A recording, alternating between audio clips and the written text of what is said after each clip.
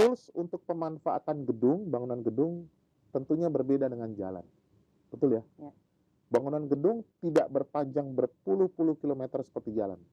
Tetapi bangunan gedung adalah karya konstruksi yang paling kompleks. Semua sistem ada di situ.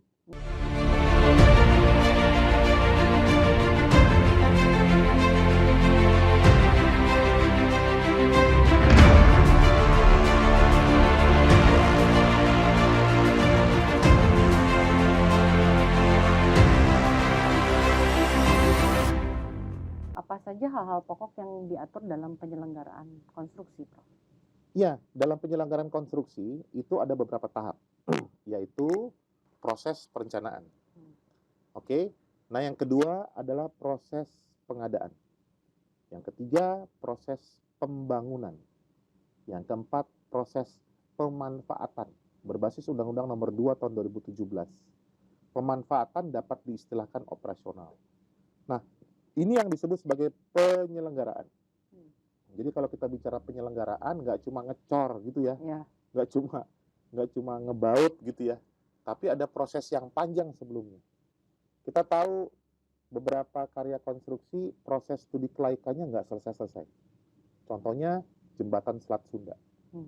Kenapa? Karena menghubungkan dua daerah dengan kepentingan tertentu dan prospek tertentu. Jadi studi kelaikan juga nggak mudah, desain juga nggak mudah gitu ya. Termasuk juga proses pembangunan. Dan saya tadi menyoroti proses yang namanya operasional. Betul. Karena operasional harus dipikirin. Dan yang memikirkan siapa? Daerah. Kalau saya bicara daerah, pemerintah daerah dengan masyarakat. Bareng-bareng tuh. Dan dananya juga dikelola. Termasuk pajak dan lain-lain. Nah itu sebenarnya dalam penyelenggaraan konstruksi diatur. Di dalam setiap tahap itu, siapa pihak yang tepat? Metodenya gimana? Instrumennya seperti apa? Lalu turun kebijakan dari pusat ke daerah. Saya ambil contoh penyelenggaraan karya konstruksi bangunan gedung. Undang-Undang Nomor 28 Tahun 2002. Jelas dinyatakan di sana semua tahap tadi. Tapi untuk bangunan gedung. Ya. Lalu ada undang-undang mengenai jalan. Ya, sama juga tahapan itu semua. Nah, di dalam masing-masing keunikan karya konstruksi, siapa yang tepat orangnya? Nanti mungkin bisa kita gali. Yang namanya kompeten di bangunan gedung kayak gimana? Termasuk jalan dan lain-lain. Nah, setelah itu yang ketiga, barulah diatur bagaimana penataan, ya, bagaimana penataan terhadap implementasi karya konstruksi itu, dan kemudian bisa berdampak kepada masyarakat. Tools untuk pemanfaatan gedung, bangunan gedung, tentunya berbeda dengan jalan. Betul ya? Ya. Bangunan gedung tidak berpanjang berpuluh-puluh kilometer seperti jalan. Tetapi bangunan gedung adalah karya konstruksi yang paling kompleks. Semua sistem ada di situ. Sistem arsitektur, sistem struktur, sistem mekanikal, utilitas, tata lingkungan, semua ada di sana. Sedangkan di proyek infrastruktur atau jalan, beberapa sistem. Jadi mungkin kita di sini bisa mengerti bangunan gedung seperti apa, jalan seperti apa, jembatan seperti apa, dan kemudian proyek-proyek sumber daya air seperti apa. Itu masing-masing unik, Juanita. Ya. Dan nanti sepertinya kita akan mengupas tentang bangunan gedung ini ya, karena memang kompleksitasnya sangat tinggi. Gitu. Lalu siapa saja yang terlibat dalam penyelenggaraan konstruksi dan serta apa saja peran para pihak?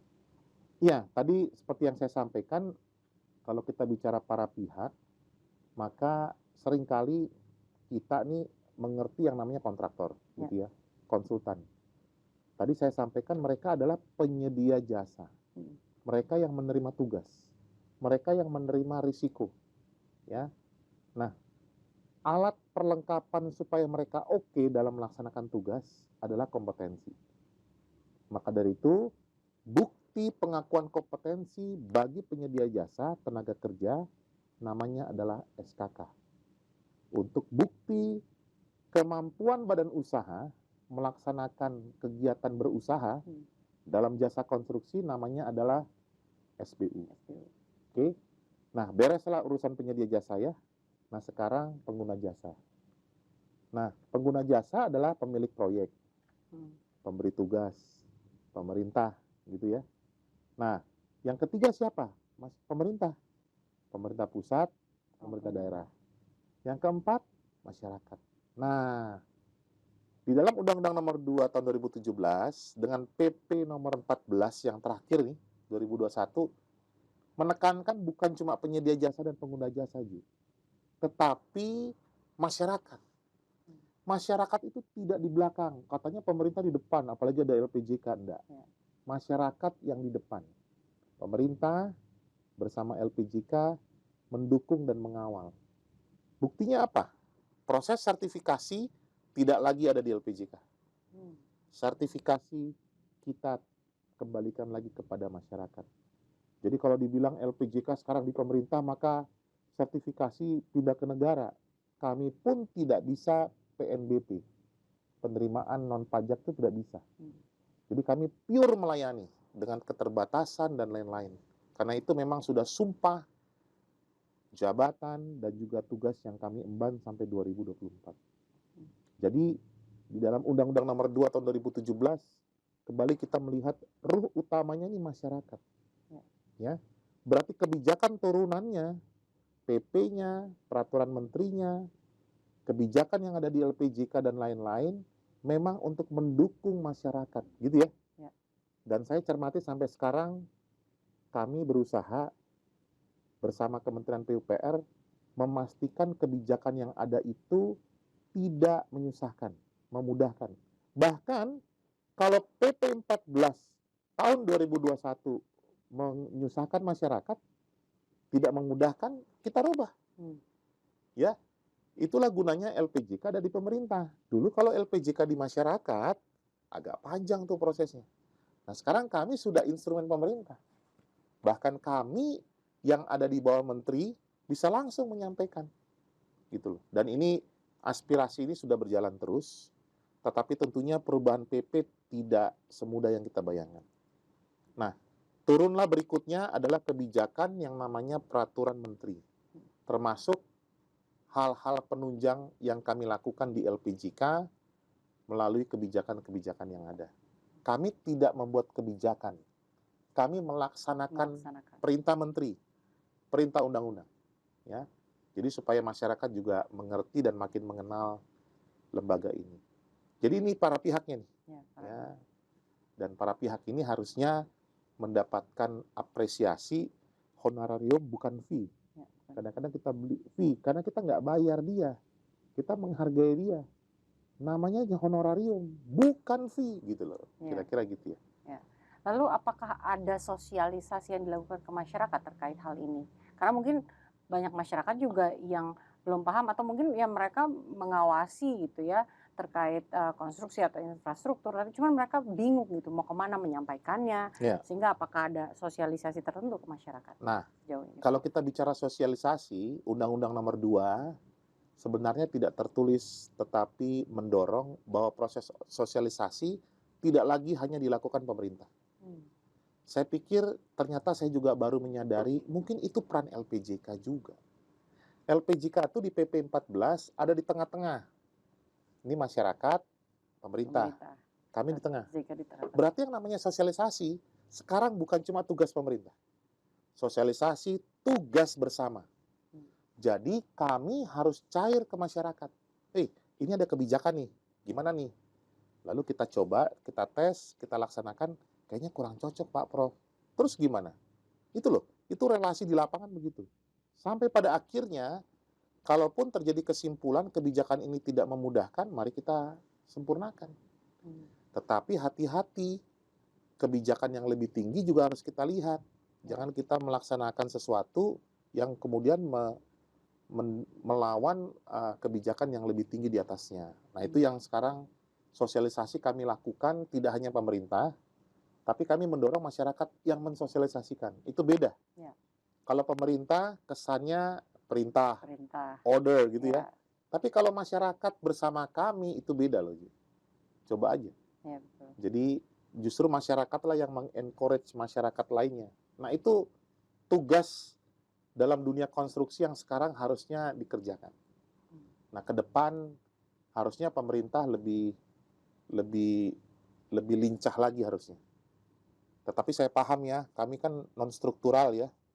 Kalau teman-teman yang struktural punya keterbatasan, tapi tentunya dengan adanya LPJK, dengan adanya Undang-Undang Nomor 2, itu bisa dipecahkan. Harusnya.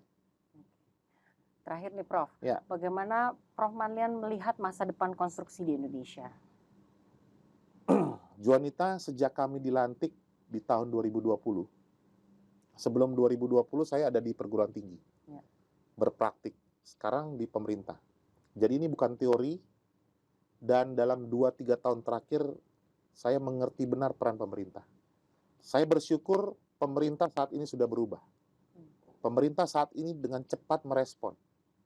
Kebijakan direspon cepat dalam 2-3 tahun.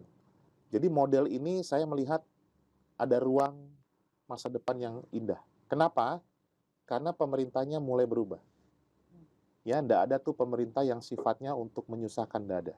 Kami bisa langsung merespon. Tetapi kami juga melihat masyarakat sekarang jauh lebih baik. Ya. Dunia sertifikasi nih, Ju.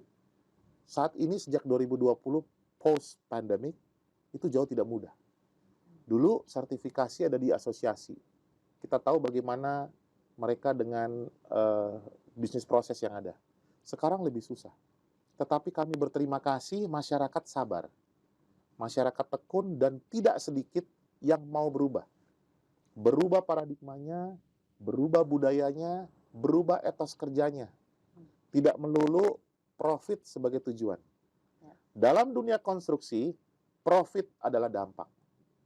Tujuan dari penyelenggaraan karya konstruksi adalah bagaimana proses penyelenggaraan konstruksi sukses. Ya. Dan saya melihat langsung dan kami terjun, ini bukan teori, itu kami lalui step by step dan luar biasa.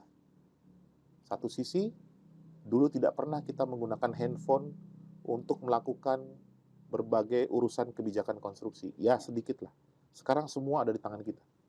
Saya melihat situs, kemudian aplikasi, semua ada di sini. Itu nggak gampang. Permohonan sertifikasi yang dulu adalah face to face, sekarang tidak lagi ketemu, itu perubahan budaya yang tidak gampang. Jadi saya percaya masa depan konstruksi Indonesia akan lebih baik, dan dalam perhitungan di Indonesia, dunia konstruksi memiliki sumbangan yang tidak kecil. Kita ada di urutan ketiga keempat dalam PDB kita, bagaimana sumbangan bisnis konstruksi dalam pertumbuhan ekonomi Indonesia. Dan saya tetap berdoa dengan kita punya proyek jalan tol dulu Jagorawi, saya tetap percaya Indonesia akan tetap menjadi benchmark. Walaupun sekarang, dulu yang belajar ke Indonesia, sekarang dia jauh lebih banyak. China, Malaysia belajar tol Jagorawi. Sekarang Thailand jauh lebih banyak. Lapis jalan layangnya juga lebih banyak. Tetapi saya percaya pelan-pelan, perlahan-lahan tapi pasti masa depan Indonesia akan lebih baik. Mulai dari mana? Dari manusianya beres dulu. Tingkatkan pendidikan, tingkatkan kompetensi, tingkatkan pengalaman, sabar, maka saya percaya mulai dari situ karya konstruksi akan lebih baik. Karena kita dengan meningkatkan kapasitas diri kita, kita juga akan bisa bertransformasi, dan semuanya dimulai dari diri kita. Ketika kita bertransformasi, itu juga bisa memberikan dampak bagi sekitar kita, bahkan for the greater goods ya. Gitu, karena filosofi transformasi bukan orang yang berubah dulu, kita berubah dulu, lalu kita berdampak bagi orang lain.